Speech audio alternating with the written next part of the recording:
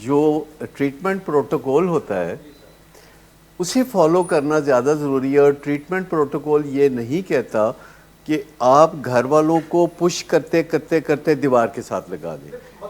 Give them time to understand. وہ push بن جاتی ہے نا. وہ کہتے ہیں کہ اگر آپ نے بات کرنی ہے تو بات کریں, پش مت کریں. اگر آپ پش کریں گے تو لوگ جو تھوڑا بہت سیکھنے کے لیے تیار ہیں وہ نہیں ہوں گے, وہ اس کے لیے بھی تیار نہیں ہوں گے.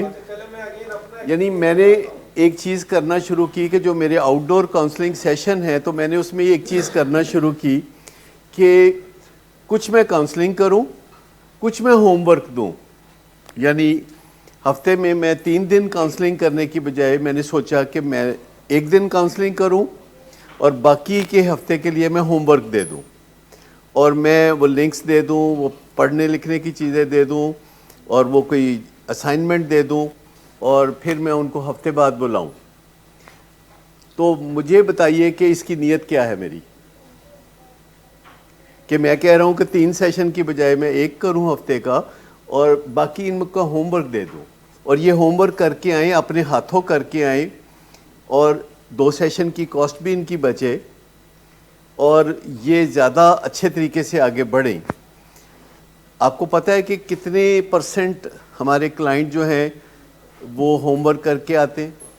10%. اور باقی کے جو 90% ہے وہ پھر آتے ہی نہیں. وہ آتے ہی نہیں. جس نے ہوم ورک نہیں کیا وہ آئے گا ہی نہیں, کیونکہ اسے پتہ ہے کہ میں جاؤں گا تو مجھے پوچھا جائے گا کہ آپ نے ہوم ورک کیا, اور شرمندگی کی وجہ سے وہ پھر جائے گا ہی نہیں. اور زیادہ تر بچے جو اسکولوں میں جاتے ہیں اور کلاس میں نہیں جاتے, اس کی وجہ یہ ہوتی ہے کہ انہوں نے ٹیچر کا کام کر کے کلاس میں نہیں جانا ہوتا, لہٰذا وہ کلاس میں ہی نہیں جاتے. سو جو پروٹوکول ہے وہ یہ نہیں کہتا کہ آپ ویل کو ری انوینٹ کریں. ویسے میرے ذہن میں بہت خیال آتے ہیں, میرا تو دن رات سوچنا ہی ہے یہ نا. مثلا آج کل میرے ذہن میں جو خیال ہے وہ میں اگر آپ کو بتاؤں تو آپ حیران رہ جائیں. میرے ذہن میں خیال ہے کہ کوئی ایسا ہمارا ٹریٹمنٹ سینٹر ہونا چاہیے کہ جہاں والدین کو داخل کیا جائے. بس نہیں, وہ تو آپشن ہے نا, وہ تو آپشن ہے نا. وہ تو مری میں اور کراچی میں آپشن ہے کہ رہنا تے رہ لو, وہ تو یہاں بھی ہے. دیکھو وہ تو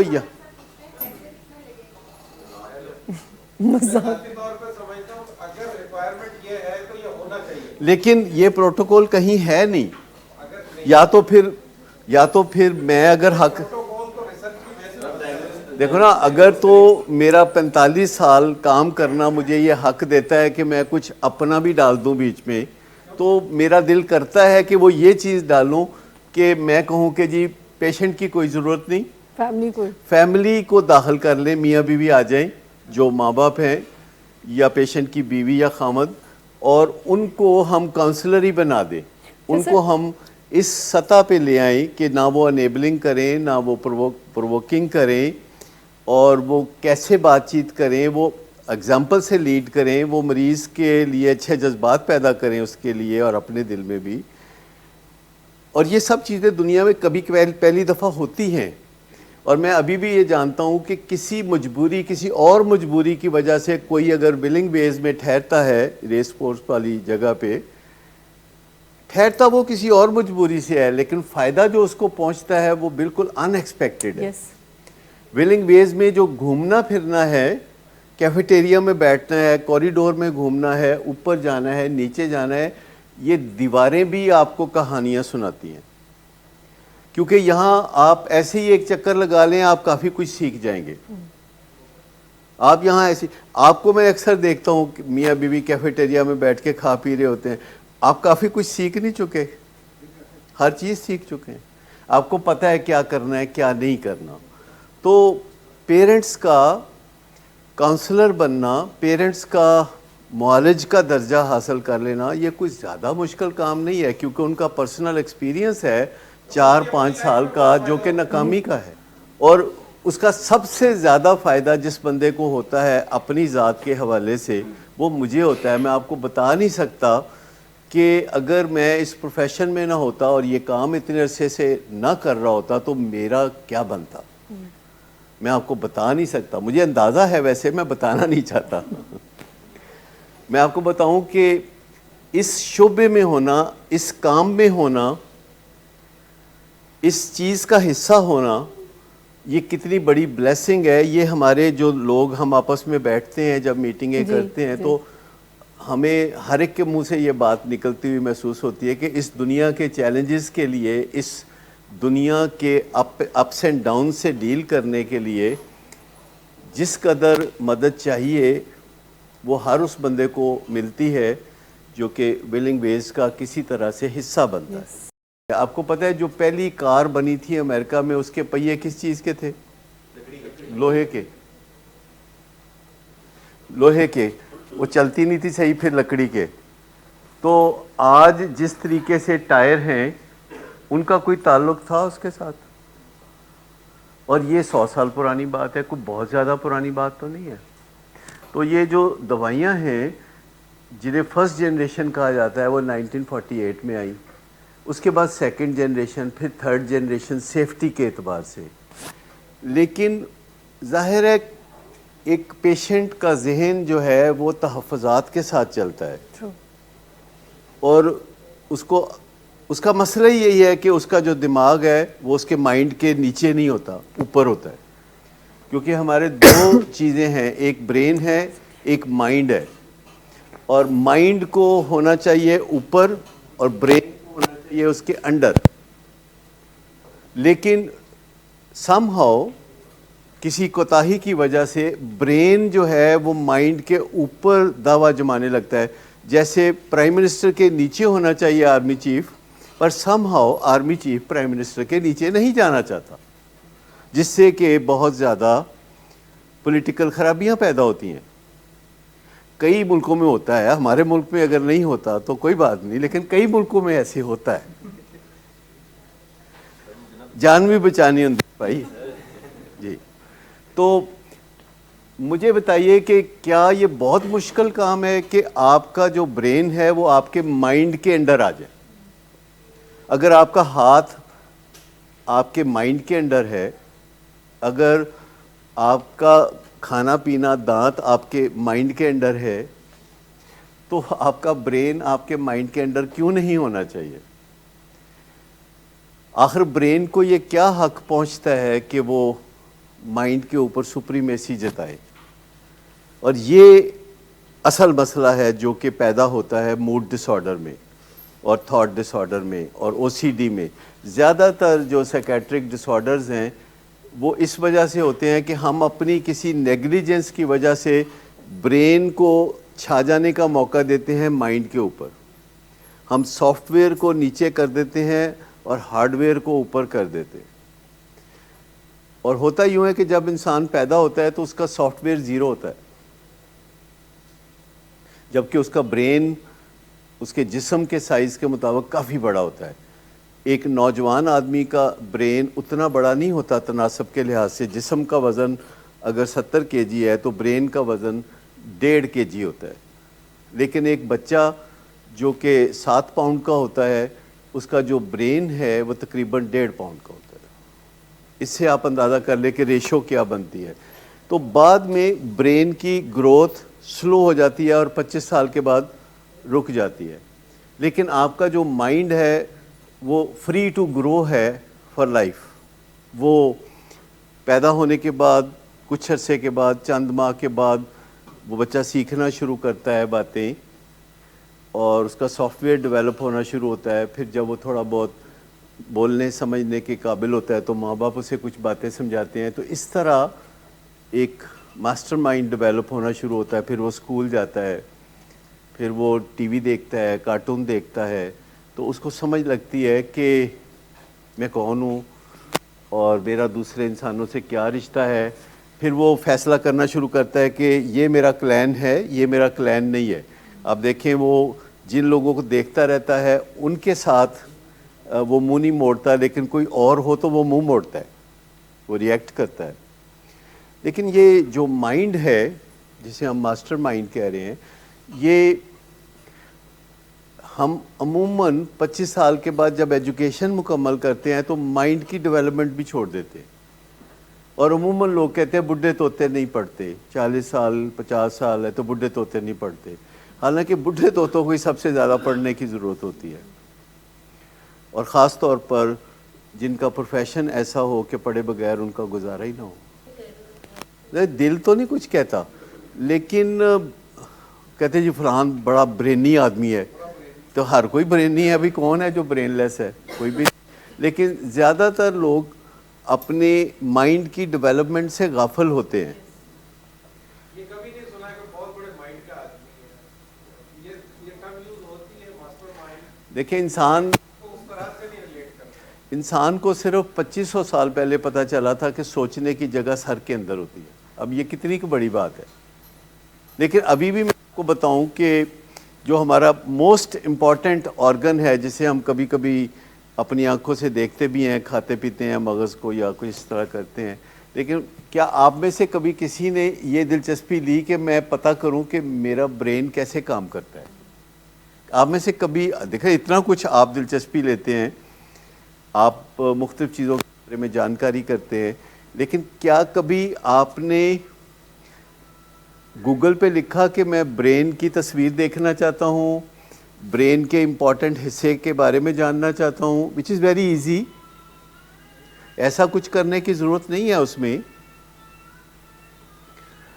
یعنی کوئی ضرورت نہیں ہے اس چیز کی کہ آپ کوئی ہیزیٹیٹ کریں، آپ بڑے آرام سے اپنے گوگل پہ لکھ سکتے ہیں کہ مجھے برین کی تصویر چاہیے، اور اس تصویر میں پھر لیبلنگ ہوگی، تو پھر آپ کہہ سکتے ہیں کہ اس حصے کی تصویر چاہیے۔ 1 گھنٹے میں آپ برین کے بارے میں کافی کچھ جان لیں گے، اور آپ کو پتہ چل جائے گا کہ برین کیسے کام کرتا ہے، تو آپ اس کے کام کاج کو اچھا مانیٹر کر سکتے ہیں۔ اگر آپ اپنے کک کو گائیڈ کرنا چاہتے ہیں تو آپ کو کیا صلاحیت چاہیے؟ پتا ہوگا کھانے کیسے پکے، اور پلس مینجمنٹ کا پتہ ہو، پلس آپ کو پتہ ہو کہ کھانا پکانا کس چڑیا کا نام ہے، تھوڑا بہت اس کام کے بارے میں جانکاری، تھوڑا بہت مینجمنٹ کی سکل، تو کیا برین کو سٹڈی کرنا، خاص طور پر اگر کسی بندے کو موڈ خراب رہتا ہے، خیال خراب رہتا ہے، سپرسٹیشنز ہوتے ہیں، او سی ڈی ہوتی ہے، تو برین کو سٹڈی کرنے میں کیا حرج ہے؟ اگر معدہ خراب رہتا ہے تو معدے کو سٹڈی کر لے تھوڑا سا، ضروری نہیں کہ آپ نے ڈاکٹر ہی بننا ہے، پر آپ کی مشینری ہے، گاڑی کے بارے میں آپ کو پتہ ہے نا، انجن کے بارے میں تھوڑا بہت، کتنے لوگ ہیں جن کو گاڑی کے انجن کے بارے میں پتہ ہے کیسے کام کرتا ہے، اور گاڑی کے جو روشنیاں ہوتی ہیں اس کے لیے بجلی کہاں سے آتی ہے، چھوٹی چھوٹی باتیں ساری آپ کو پتہ ہے، اس کی ریپیئر اینڈ مینٹیننس کے بارے میں بھی پتہ ہے۔ کبھی برین کی ریپیئر اینڈ مینٹیننس کے بارے میں سوچا؟ دیکھیں پہلی چیز کہ کچھ میڈیسنز ہوتی ہیں جو کہ براہ راست خود اثر کرتی ہیں، کچھ میڈیسنز ہوتی ہیں جو کہ انڈائریکٹلی جا کے کچھ اور کیمیکل پیدا کرتی ہیں تو وہ اثر کرتا ہے، جیسے اینٹی ڈپریسنٹس ہیں تو کہتے ہیں کہ جی 2 ہفتے 3 ہفتے لگ جاتے ہیں، تو 2-3 ہفتے کس چیز میں لگتے ہیں؟ کیونکہ وہ اندر کے کیمیکلز کو اس نے متاثر کرنا ہوتا ہے۔ کچھ میڈیسنز ڈائریکٹلی متاثر کرتی ہیں جو کہ آپ کو 15 منٹ میں پتہ چل جاتا ہے کہ میڈیسن اثر کر رہی ہے۔ جب آپ پونسٹون لیتے ہیں یا کوئی پیراسیٹامول لیتے ہیں تو آپ کو 15-20 منٹ میں، آدھے گھنٹے میں رزلٹ مل جاتا ہے، لیکن وٹامن اگر آپ لیتے ہیں تو آپ کو رزلٹ کافی دنوں کے بعد ملے گا۔ اچھا، یہ وہ دوائی ہے جو ماڈیولیشن کرتی ہے، ماڈیولیشن کا مطلب کہ ماڈیفائی کرتی ہے اندر کے نظام کو جا کے، لیکن کچھ اس کے ایفیکٹس امیجیٹ ہیں، جیسے نیند آنا، نہیں جیسے نیند آنا اس کا ایفیکٹ ہے، لیکن میں آپ کو بتاؤں کہ یہ نیند نہیں ہے، یہ اس کا سائیڈ ایفیکٹ ہے، اور یہ سائیڈ ایفیکٹ اگر آپ کو فائدہ دیتا ہے تو ہمیں کوئی حرج نہیں، لیکن یہ جو نیند آتی ہے اس دوائی سے، رسپیڈال سے، یہ 2-4 دن ہی یہ فائدہ ہے، اس کے بعد نیند شیند کا کوئی مسئلہ نہیں ہوگا۔ یہ نیند کی دوائی نہیں ہے، یہ جسم کے ایک کیمیکل کو اوور فلو کرنے سے روکنے والی ہے، یہ فلڈ کو روکنے والی ہے، لیکن اوور آل ٹریٹمنٹ کے لیے لیٹ گو کرنا بہت ضروری ہے۔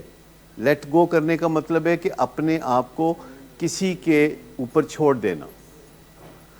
اگر اپنے ہاتھ میں رکھیں تو بات نہیں بنتی، آپ کو کبھی کبھی اپنے معاملات کسی اور انسان کے سپرد کرنے پڑتے ہیں. اور کہیں بھی آپ جائیں گے کوئی لیڈرشپ کا تو رول کسی کو آپ دینا چاہیں گے. جیسے نیند کا مسئلہ ہے تو اس کے لیے جو دوائی ہے وہ سلیپ ہائیجین ہے. نیند کی دوائی سلیپ ہائیجین ہے. سلیپ ہائیجین کیا ہوتی ہے؟ سلیپ ہائیجین یہ ہے کہ سونے کے آداب. کیونکہ مجھے بتائیے آپ میں سے کوئی سونے کو اہمیت دیتا ہے؟ ویسے نہیں نا. بس جدو تھک ٹوٹ گئے تو پھر سو جانا. ٹھیک، مطلب نیند کی کس کو پرواہ ہے؟ ساری رات جو ہے درنگے اوپر بھاگا بھاگا نیچے آ رہے ہیں، نیچے سے اوپر جا رہے ہیں، پزے آرڈر ہو رہے ہیں، فوڈ پینڈا سے چیزیں منگائی جا رہی ہیں، اور ستے پیاں نو جگا کے تو انہوں نے بھی کیا جا رہا ہے کہ تسی بھی کھاؤ پزا. تو مجھے بتائیے کہ نیند کے بارے میں ہمیں دیکھنا پڑے گا کہ جو دنیا میں کامیاب لوگ ہیں وہ کس وقت اٹھتے ہیں. ایک کتاب ہے بڑی زبردست، اگر آپ پڑھنا چاہیں، 5 AM کلب. 5 AM club. تو اس میں انہوں نے ریسرچ کیا ہے کہ دنیا میں کہ جو بیسٹ CEO ہیں وہ سویرے 5 بجے اٹھتے ہیں، اور یہی ان کا ایج ہوتا ہے اوور ادر پیپل. کیونکہ اس وقت جتنا دماغ کام کرتا ہے وہ کسی اور ٹائم پہ نہیں کرتا، اور جو دوپہر تک جاتے جاتے دماغ تھوڑا تھک جاتا ہے تو پھر تھوڑا نیپ لینے کی ضرورت ہوتی ہے، گھنٹہ 1.5 گھنٹہ. تو وہ پھر بہت اچھی پرفارمنس ان کی ہوتی ہے اور ان کا دن بڑا ہو جاتا ہے. سلیپ ہائیجین آج کل ہم یہاں پیشنٹ جب بھی کہتے ہیں کہ ان کو نیند کا مسئلہ ہے تو ہم ان کو سلیپ ہائیجین پہ کچھ باتیں بتاتے ہیں، جس سے میں نے ریسنٹلی دیکھا ہے کہ یہ شکایت کہ نیند نہیں آتی کم ہو گئی ہے. اور اس میں مس صفا اس کی انچارج ہیں، اور ڈاکٹر صاحب ہیں، کیا نام ان کا؟ جی ڈاکٹر وجی. اور ہر سٹیشن پہ ہمارے ایک ڈاکٹر اور ایک سائیکالوجسٹ اس پہ ریسرچ کر رہے ہیں کہ کون سی احتیاطیں ہیں جس سے کہ آپ کو نیند کی گولیاں کھائے بغیر نیند آ جائے. لیکن میں آپ کو بتاؤں کہ جتنا آپ کو اس دوائی سے ڈر لگتا ہے آپ کو لیکسوٹنل سے ڈر نہیں لگتا اتنا. وہ تو مزیدار، وہ تو برفی ہے، وہ تو ڈرنے والی دوائی ہے. نہیں، نیند تو آ جاتی ہے لیکن اس سے بندہ ایڈکشن میں جا سکتا ہے. پھر الٹیمیٹلی جو لوگ لیکسوٹنل کھاتے ہیں ان میں سے 10% لوگ جو ہیں وہ پھر ایک گولی نہیں کھاتے، پھر وہ پتوں کے حساب سے کھاتے ہیں کہ کتنے پتے کھانے نے. وہ 2 3 پتے کھا جاتے ہیں، اور ان کو بعض اوقات پھر علاج کی ضرورت ہوتی ہے.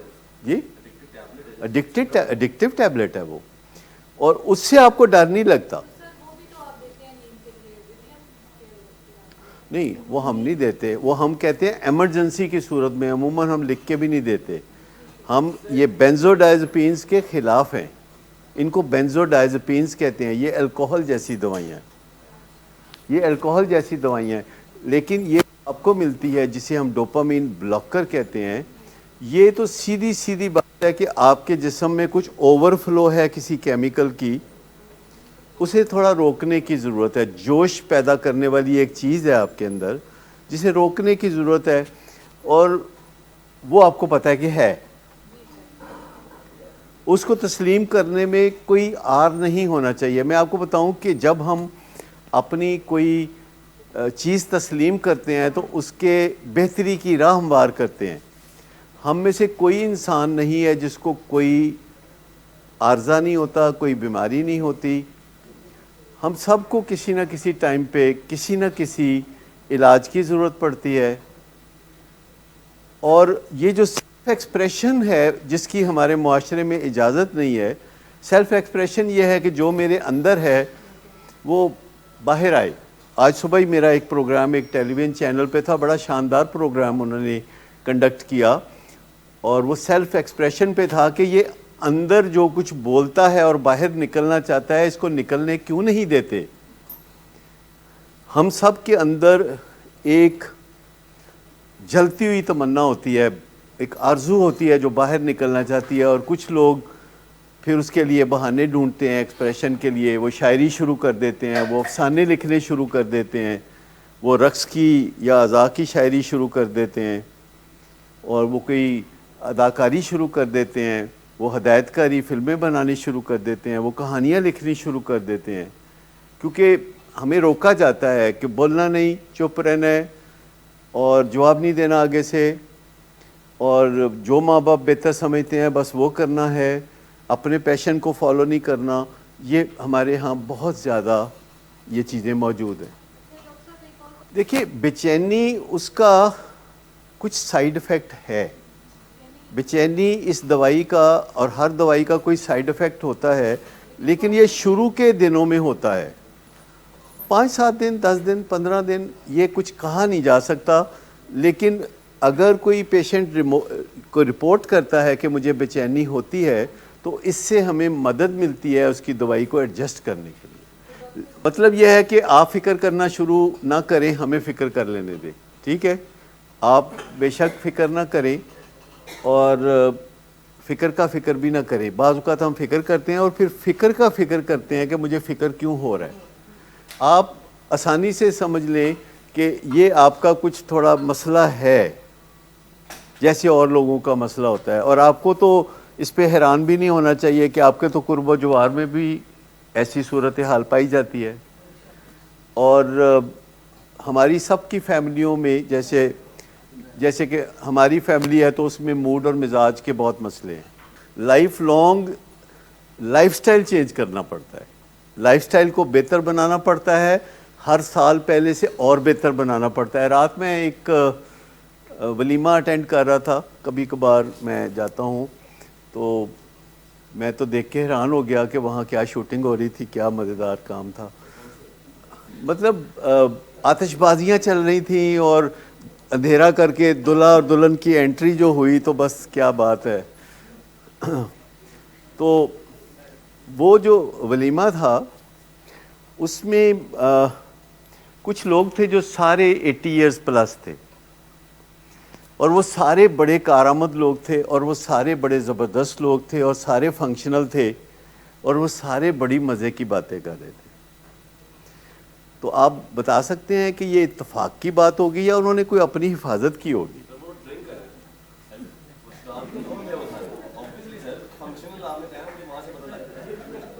تانوے کن نے کیا ہے؟ دیکھیں وہ تھے، میں آپ کو بتاؤں کہ جو میرے سامنے انہوں نے کیا وہ یہ کیا کہ اتنے سے چاول رکھے، اتنا سا سالن رکھا، اور اس کو بڑے مزے لے کے کھایا. تھوڑا سا سیلڈ لیا، اور سویٹ ڈش انہوں نے نہیں کھائی جو کہ گاجر کا حلوہ تھی. اور وہ ایک دوسرے سے باتیں کر رہے تھے، اور ہر بات کے بعد کہکے لگا رہے تھے. یعنی دور بیٹھے ہوئے لوگ سوچ رہے ہوں گے کہ انہوں نے کی ہوا ہے.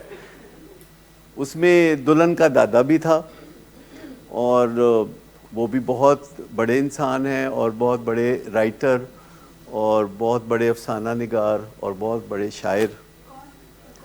کوئی تو میں آپ کو بتاؤں کہ وہ کہکے لگا رہے تھے. نہیں، وہ ایک دوسرے سے جو باتیں کر رہے تھے اس کا مزہ لے رہے تھے. اور اگر آپ اس اسکیم کے تحت ایسا کرنے کی بجائے ہمیں خدمت کا موقع دیں، آپ کو بتائیں کہ کس طرح مسلسل رہنے میں فائدہ ہے یا کس طرح سیکھنے میں فائدہ ہے. کیونکہ بہت سارے نظریات ہیں جو کہ آپ کے کامن سینس کے تحت بنے ہوئے ہیں. کامن سینس ٹھیک ہے نا. تو بیماریوں کے بارے میں کامن سینس کارآمد چیز نہیں ہے. بیماریوں کے بارے میں پروٹوکولز طے ہیں کہ ملیریا کا یہ ہے، ٹی بی کا یہ ہے، ڈائبٹیز کا یہ ہے، بلڈ پریشر کا یہ ہے، دل کا یہ ہے، اور ایس او پیز بنے ہوئے ہیں. ہمیں اپنی کامن سینس لگانے کی ضرورت ہی کوئی نہیں. یعنی اتنا آسان ہے کہ ایویں خام خواہ اپنے ذہن کو ٹارچر دینے کی ضرورت ہی کوئی نہیں.